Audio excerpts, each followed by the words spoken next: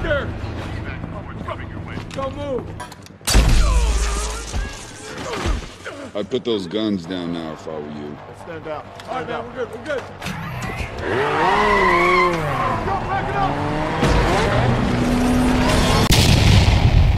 Yo halo, gimana kabar kalian? Apik? Good. Kali ini kita akan ceritain alur film Robocop tahun 2014, mengisahkan seorang detektif yang diubah menjadi cyborg atau manusia robot dan memecahkan berbagai kasus dengan cepat, termasuk kasus pembunuhan yang menimpanya. Film ini dibintangi oleh banyak aktor ternama seperti Joel Kinnaman, Gary Oldman, Michael Keaton, sampai Samuel L. Jackson. Oke, subscribe dulu ya sebelum kita lanjut. Udah? Siap? Let's go!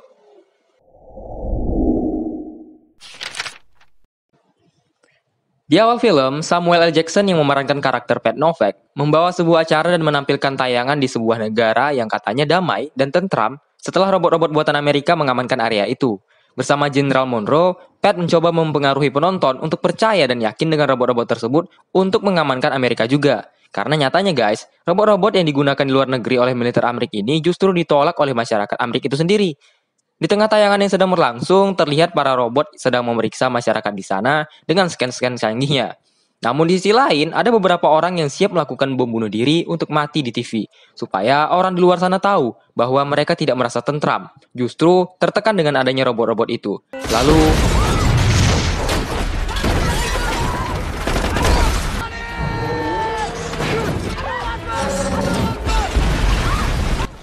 mereka mulai melakukan bunuh diri dan terekam di kamera. Para robot juga membalas serangan mereka dengan tembakan, hingga keluarlah seorang anak laki-laki yang merupakan anak pelaku bom bunuh diri tadi dari dalam rumah dengan membawa sebilah pisau, lalu ditembak mati oleh robot. Hal sadis itu pun terekam dalam tayangan yang berlangsung dan langsung dimatikan.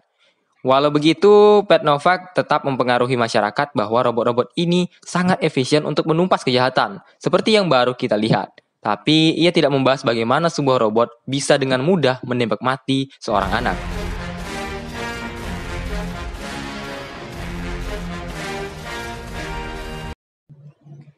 Scene berpindah memperlihatkan seorang detektif bernama Alex Murphy yang menemui atasannya. Ia ingin memberi informasi terkait seorang penjahat bernama Fallon yang sulit ditangkap karena tak pernah ada bukti.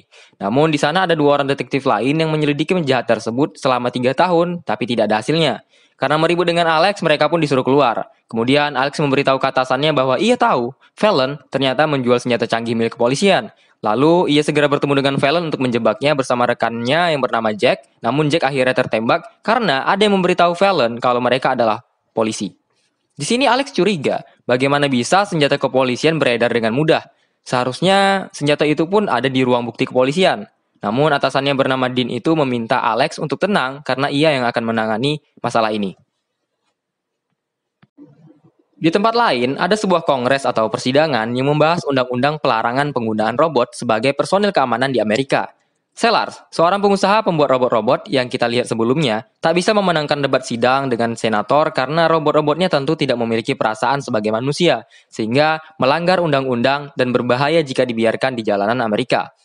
Karena tidak boleh menggunakan robot, Sellars dan timnya memutar otak bagaimana caranya agar robot-robot mereka bisa dipasarkan di Amerika yang merupakan pasar yang potensial. Lalu, Sellars menemui Dr. Norton, seorang yang ahli di bidang robotik dan syaraf manusia untuk memintanya membuatkan sebuah robot yang ada manusia di dalamnya. Dr. Norton ini bekerja di Yayasan Omnicorp yang merupakan perusahaan Sellars. Norton dari awal tak mau membuat manusia robot. Ia hanya membantu orang-orang dengan membuatkan mereka tangan atau kaki robotik. Tapi dengan iming-iming dana penelitian dari Sellars, akhirnya Dr. Norton pun mau. Scene berpindah ke sebuah warung yang di sana ada Fallon dan 2 detektif yang dicurigai Alex sebelumnya. Ternyata mereka memang bekerja sama dengan si penjahat. Pantesan aja yang nggak ketangkep. Mereka menyarankan untuk membunuh Alex yang sedang menjenguk rekannya di rumah sakit dengan memasang sesuatu di bawah mobil Alex. Di perusahaan Sellars, mereka sedang mencari kandidat yang akan dijadikan manusia robot, namun belum ada yang cocok. Sedangkan Alex yang sudah sampai di rumah dengan rasa bersalah karena telah membuat temannya tertembak, bertemu dengan anak dan istrinya. Setelah anaknya tidur, Alex keluar ke istrinya dan saat akan melakukan sesuatu, terdengar alarm mobil yang menyala. Dan mau tak mau, Alex harus turun dan mematikan alarm tersebut. Saat akan mematikan alarm, mobil Alex meledak dan membuat Alex dalam keadaan kritis. Dengan keadaan fisik yang rusak, Dr. Norton menawarkan kepada istri Alex bahwa ia akan mengoperasi Alex dan membuatnya menjadi lebih baik. Meski awalnya ragu, akhirnya istri Alex bernama Clara itu pun setuju.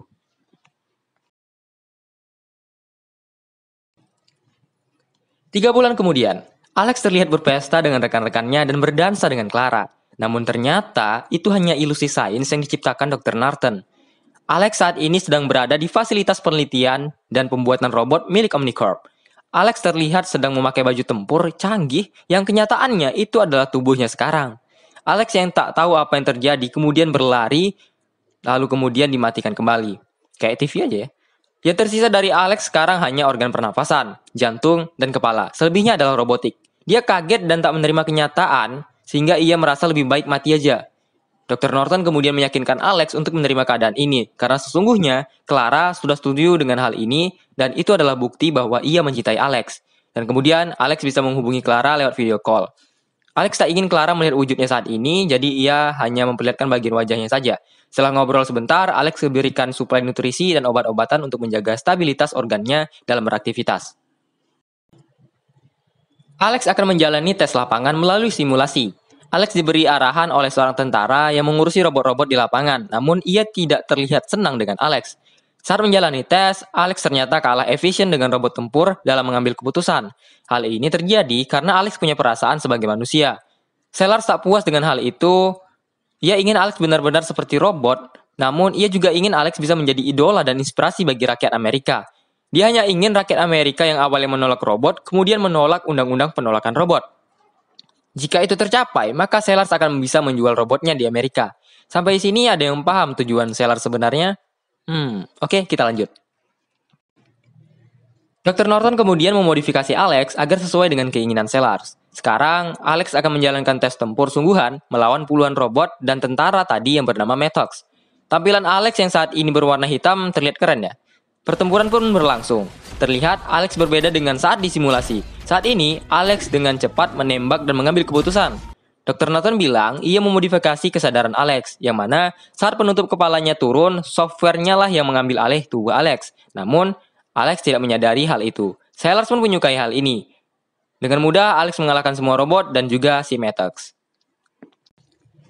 Setelah itu, Alex diperbolehkan menemui keluarganya. Anak Alex terlihat sangat merindukan ayahnya. Bahkan ia pun menyimpan video pertandingan olahraga agar bisa menontonnya bersama sang ayah.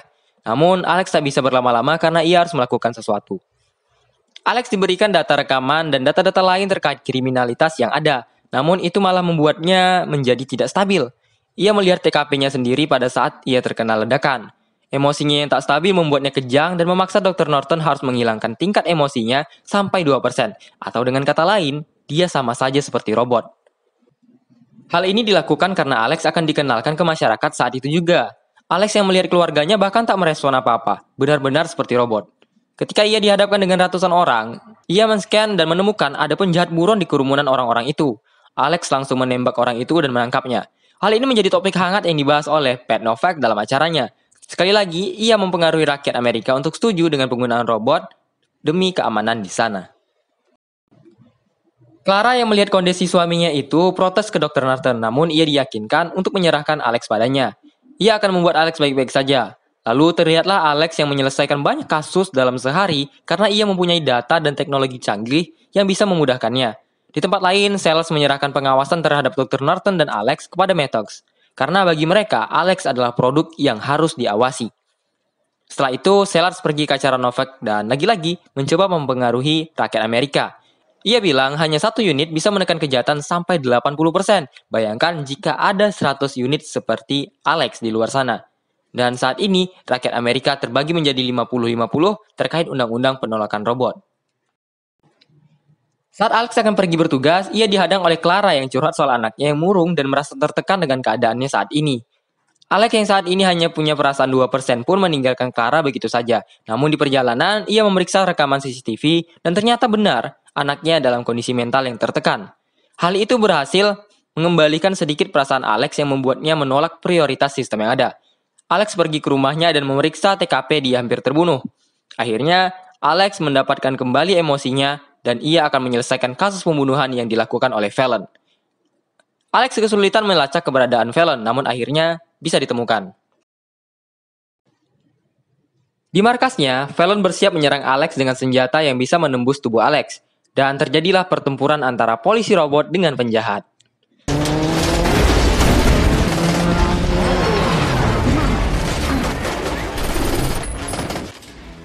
Hasil dari pertempuran itu membuat sedikit tubuh Alex rusak, namun Fallon berhasil dibunuh.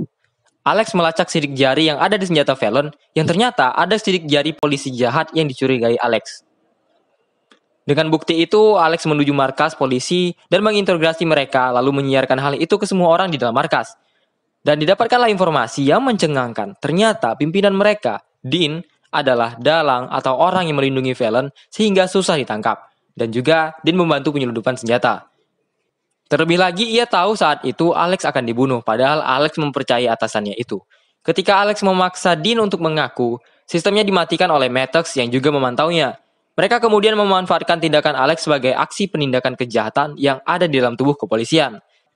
Hal itu membuat banyak orang mulai setuju dengan penghapusan undang-undang penolakan robot. Dan Sellars pun senang. Dengan begitu, ia bisa menjual robotnya di Amerika. Akan tetapi, pernyataan Clara ke media mengatakan ada yang salah dengan suaminya. Ia bilang Omnicorp melakukan perawatan yang tak manusiawi ke suaminya, dan bahkan melarangnya untuk bertemu selama berminggu-minggu. Sellars dan tim kemudian berdiskusi bagaimana caranya agar rencana mereka tetap berjalan lancar. Dengan situasi yang membuat banyak politikus merasa khawatir dengan adanya polisi robot yang bisa saja mengurusi kasus yang menyangkut mereka. Tapi politikus itu tetap setuju dengan robot yang akan menekan tindakan kejahatan di Amerika. Jadi, Sellars mempunyai ide untuk mematikan Alex secara total dan menghilangkan ancaman serta memberitahu ke orang-orang bahwa Alex mati karena kesalahan sistem. Paham kan guys? Jadi kalau Alex tetap dibiarkan bertugas, maka ia akan banyak menangkap penjahat sampai ke tingkat pejabat dan politikus dengan kemampuannya. Jadi Sellars harus membunuh Alex agar tak ada lagi yang mengancam para pejabat. Dan undang-undang penolakan robot akan dicabut. Intinya, Alex hanya dijadikan batu loncatan untuk mempengaruhi rakyat agar mau menerima robot di Amerika sebagai petugas keamanan. Ini adalah tipe pengusaha yang ambisius tapi kejam. Dan akhirnya, undang-undang penolakan robot pun dihapus. Dr. Norton yang tahu Alex masih baik-baik saja marah ke Sellars yang bilang kalau Alex kritis dan akan membunuhnya. Sellars membujuk Dr. Norton untuk mengikuti rencananya. Namun Norton meminta pendanaan penuh selama 10 tahun untuk risetnya dan juga hal lain yang kemudian disepakati. Namun ternyata Dr. Norton hanya pura-pura setuju dan memberitahu rekannya untuk jangan meninggalkan Alex dari sana karena ia akan dibunuh. Lalu ia masuk ke dalam lab dan mematikan pemancar yang bisa mengendalikan Alex. Dan menyuruh Alex untuk pergi karena ia akan dibunuh. Di tempat lain, Clara dibohongi Sellars tentang kematian Alex. Alex bergegas menuju lokasi Sellars untuk menangkapnya atas usaha pembunuhan dirinya. Di depan gedung, Alex dihadang oleh keamanan, namun mereka takut dengan Alex. Tapi tidak dengan robot besar yang menembaki Alex sampai membuatnya hampir hancur total. Alex kemudian dihadang oleh Maddox, tapi Jack membantu Alex dan menembak Maddox. Alex tak bisa menembak Maddox karena ia memakai gelang aset merah yang artinya tidak bisa dibunuh oleh Alex. Di atas gedung, Sellars, Clara, dan anaknya akan dibawa pergi menggunakan helikopter. Helikopter yang datang tak jadi landing karena Alex muncul. Alex mencoba menembak Sellars namun sistem menolaknya. Dengan niat dan keinginan yang kuat, akhirnya Alex bisa menembak Sellars. Walaupun Alex sendiri harus sekarat karena melawan sistem. Dan film pun berakhir dengan memperlihatkan Alex yang kembali diperbaiki dan tetap menjadi polisi dengan kendali penuh atas dirinya. Sementara itu, undang-undang penolakan robot kembali diberlakukan dan Pat Novak tetap mempengaruhi rakyat Amerika bahwa dengan robot, Amerika menjadi negara terhebat di dunia. Kemudian, tamat. Film ini bisa kita sebut sebagai remake dari film Robocop tahun lawas ya. Dengan teknologi perfilman saat ini, Robocop terlihat lebih modern, canggih, dan futuristik. Bagaimanapun juga, pelajaran yang mungkin bisa kita ambil adalah ketika kamu menjadi pejabat ataupun pengusaha, janganlah menghalalkan cara yang haram untuk mencapai tujuanmu. Inilah Wascreen, goodbye.